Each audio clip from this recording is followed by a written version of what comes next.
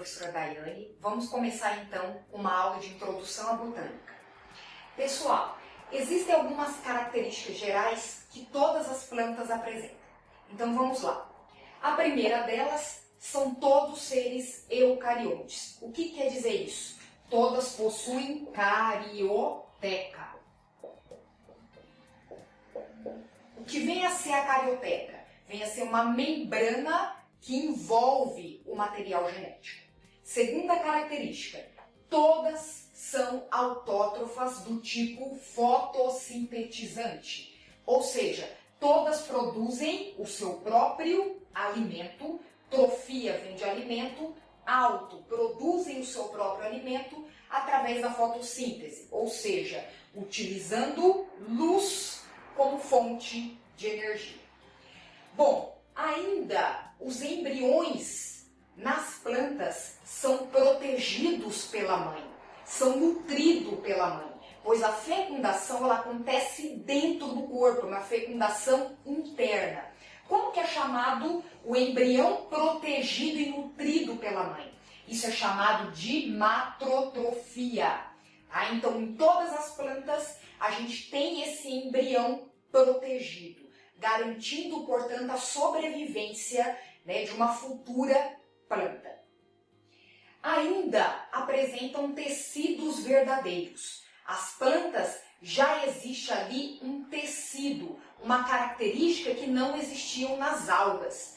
Né? As algas não existiam ali nas algas tecido verdadeiro. Então é uma diferença das plantas para as algas. Né? As algas pluricelulares, as algas multicelulares, no passado, elas foram colocadas no reino plant, né? No reino metafita, que é das plantas. E posteriormente elas foram retiradas, pois elas não possuem tecidos verdadeiros. Além disso, aqui nós encontramos o pigmento principal responsável pela fotossíntese, que é a clorofila. Nós temos aqui então clorofila A e clorofila B. Além disso, as plantas possuem uma parede celular, um reforço, né? E essa parede celular ela é constituída por celulose. Todas essas duas últimas características, pessoal, elas são oriundas, né, de um ancestral das plantas. Quem é a alga que constitui o ancestral das plantas? São as algas verdes. Algas chamadas como algas clorófitas ou clorofícias. Então, as algas verdes possuem clorofila A e B, possuem parede celular de celulose, ok? Então, uma característica ali, né, do ancestral das plantas. Bom, e a reserva de energia, pessoal? A reserva de energia, como que as plantas fazem a reserva? A reserva de energia dela acontece, ela é armazenada em uma molécula chamada de amido. Então, a reserva de energia das plantas é o amido. Lembrando que animais e fungos, a reserva de energia é o glicogênio. Tudo bem? Bom, pessoal, continuando então, agora nós vamos trabalhar com os grupos vegetais. Bom, quem são os grupos dos vegetais? As briófitas, primeiro grupo, pteridófitas, segundo grupo, gimnospermas, terceiro grupo, e o último grupo na escala evolutiva, angiospermas. Bom, pessoal, nós temos aqui o ser ancestral das plantas. Quem é ele? São as algas verdes, também chamadas de clorofícias ou clorófitas. Muito bem, aqui, quando a gente tem das algas para as plantas, surgem algumas características que só as plantas possuem. Quem são elas? Tecido verdadeiro. Essa é a característica principal que diferencia algas de plantas. Uma segunda característica também é o embrião protegido. Tá? Então, nas plantas existe essa proteção, essa nutrição do embrião. Bom, então essas duas características aqui constituem novidades evolutivas entre algas e todas as plantas, ok? Entre briófitas e pteridófitas, o que surge nas pteridófitas que não existem nas briófitas? Né? O que vai surgir daqui para cá?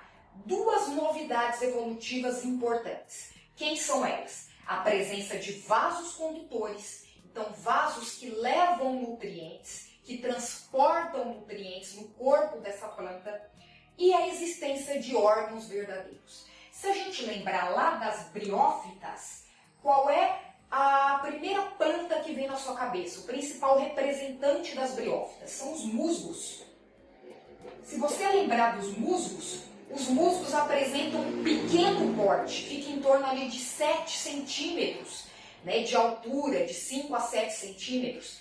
Por que as briófitas possuem um pequeno porte? Porque elas não apresentam vasos condutores de transporte de nutrientes. Então, neste caso, os nutrientes eles são passados por difusão de célula a célula.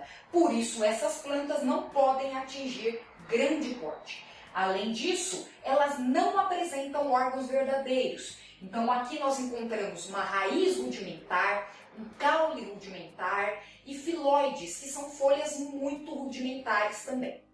Bom, já nas pteridófitas, existe aqui nós já temos a existência de vasos condutores de seivas, chamados de xilema e floema, que nós vamos entrar em detalhes mais para frente.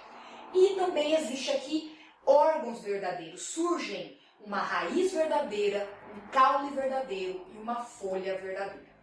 Bom, então daqui para frente, né, de pteridófitas até angiospermas, já existem vasos e órgãos verdadeiros. Tá? Então essas novidades evolutivas que surgem são compartilhadas por todos acima de pteridófitas. Bom, entre pteridófitas e gímino, o que surge aqui, pessoal? Né? Antes, pteridófita, vamos relembrar um representante para a pteridófita? Samambaia. Né? A primeira coisa que vem à sua cabeça é a samambaia, é o principal representante das pteridófitas. Bom, então, entre pteridófitas e gímino, o que surge? Qual é a estrutura que surge? É a semente. A semente surge aqui nas gimnospermas. Não, gimnospermas, né, quer dizer o quê? Esperma, semente. Esse radical esperma quer dizer semente. Gímino quer dizer nua. Semente nua. Não existe um envoltório em torno dessa semente. Tá? Então, o estróbilo, né, ele é visível, porém não existe ali um envoltório. Ok? Bom, além disso, existe ali o tubo polínico. Surge uma estrutura importante. Tá? Esse tubo polínico, pessoal, ele vai aqui constituir uma estratégia evolutiva muito importante, porque ele evita a dependência da água. Se a gente olhar lá, briófita e pteridófitas, elas dependem da água para a fecundação. Então, o gameta masculino, ele tem um flagelo, ele depende da água para chegar até o gameta feminino. A partir da gímino, nós já não dependemos mais da água. Então, essas plantas já podem viver num ambiente ali que não existe uma grande quantidade de água. Tá? Então, elas podem se proliferar para uma área, se dispersar para uma área muito maior, porque já existe ali o tubo que leva o gameta masculino até o gameta feminino. Bom, chegamos então nas gimnospermas. Quem são as gimnospermas? Você vai lembrar aqui dos pinheiros, principalmente. O pinheiro do Paraná, que é conhecido como araucária, tá? Então, bem conhecido aqui, né, dentro do grupo das gimnospermas. E por último, então, nós chegamos lá no último grupo, angiospermas. Esperma vem de semente e anjo vem de proteção, tá? Proteção. Então a semente é protegida, ela não é nua, porque já existe o fruto, existe ali um envoltório para a proteção dessa semente, para a dispersão dessa semente. E existe aqui também uma estrutura que chama a atenção dos polinizadores ou não, ou que apresenta um cheiro, ou que apresenta uma cor, né, que chame a atenção de polinizador, que é a estrutura reprodutora. Né? Então, na flor nós temos a parte feminina e a parte masculina. Tem flores que só tem a parte feminina, tem flores de algumas plantas que só tem a parte masculina, enfim. Mas é uma estrutura reprodutora, tá, das angiospermas. Beleza, pessoal? Bom, pessoal, agora nós vamos trabalhar com ciclos reprodutivos. O primeiro ciclo reprodutivo é chamado de aplobionte diplonte. O que quer dizer essas terminologias? Aplobionte quer dizer um indivíduo. Eu tenho nesse ciclo apenas um indivíduo. E ele é de que tipo? Ele é diplonte, ou seja, ele é diploide. Então, esse único indivíduo, ele é 2N. Onde que eu vou encontrar esse tipo de ciclo, pessoal? Em algumas algas, somente algas verdes e pardas, e em todos os animais. Então, vamos lá. Eu tenho lá, vamos pensar na gente. Eu tenho o adulto, nós, né, as nossas células do nosso corpo, são células de que tipo? Células 2N, diploide. O que acontece lá, né, no nosso aparelho reprodutivo? Né? Se a gente pensar lá nas nossas gônadas, no ovário, no testículo, o que vai acontecer? Meiose. Por que acontece meiose, pessoal? Acontece a meiose para gerar gametas. A meiose, portanto, é um processo reducional. Ela vai dividir a metade, né, o número de cromossomos, e a gente então vai gerar uma célula de que tipo? Haploide. Tudo bem? Então, gametas haploides. Esses gametas, né, acontece a união desses gametas, processo chamado de fecundação. A união desses gametas, portanto, vai gerar um embrião 2N. Esse embriãozinho ele vai sofrer mitoses sucessivas até então que ele se torne o adulto, o organismo novamente. Ok? Então, esse ciclo, então, ele acontece em todos os animais e em algumas algas. Ele é chamado, então, né, acontece aqui a meiose para quê? Para formar gameta. Então, uma meiose gamética. Beleza? Pessoal, então, o segundo tipo de ciclo reprodutivo é chamado de diplobionte. Então, aqui eu tenho diplo, eu tenho 2 adultos. Tem 2 organismos que se revezam, ok? Ou também chamado de aplodiplobionte. Bionte, revezamento. Revezamento de um adulto que é haploide e de um outro adulto que é diploide. Bom, esse ciclo acontece em algumas algas e todas as plantas. Algumas algas e todas as plantas. Eu tenho lá 2 adultos. Então, eu tenho o esporófito e o gametófito, 2 adultos. O esporófito, ele é 2N e o gametófito é N, sempre. Esse esporófito, fitoplanta, esporo, é a planta que produz esporos. Qual é o mecanismo utilizado por ele para a produção de esporos, pessoal? Meiose. Então, vai acontecer meiose no esporófito. Meiose é um mecanismo reducional, portanto, 2N, ele vai produzir esporos de que tipo? N, esporos haploides. Esses esporos que são produzidos, né, eles vão então originar o gametófito, tá? Que é o outro organismo. Gametófito, fitoplanta, que produz gameta. O gametófito, portanto, é um organismo N, haploide, porque ele veio do desenvolvimento do esporo. Beleza, esse gametófito, então, por mitose, ele vai produzir gametas. Quando ele produz gametas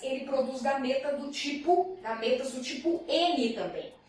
Tudo bem? Então, são células haploides produzidas pelo gametófito através de um processo chamado de mitose.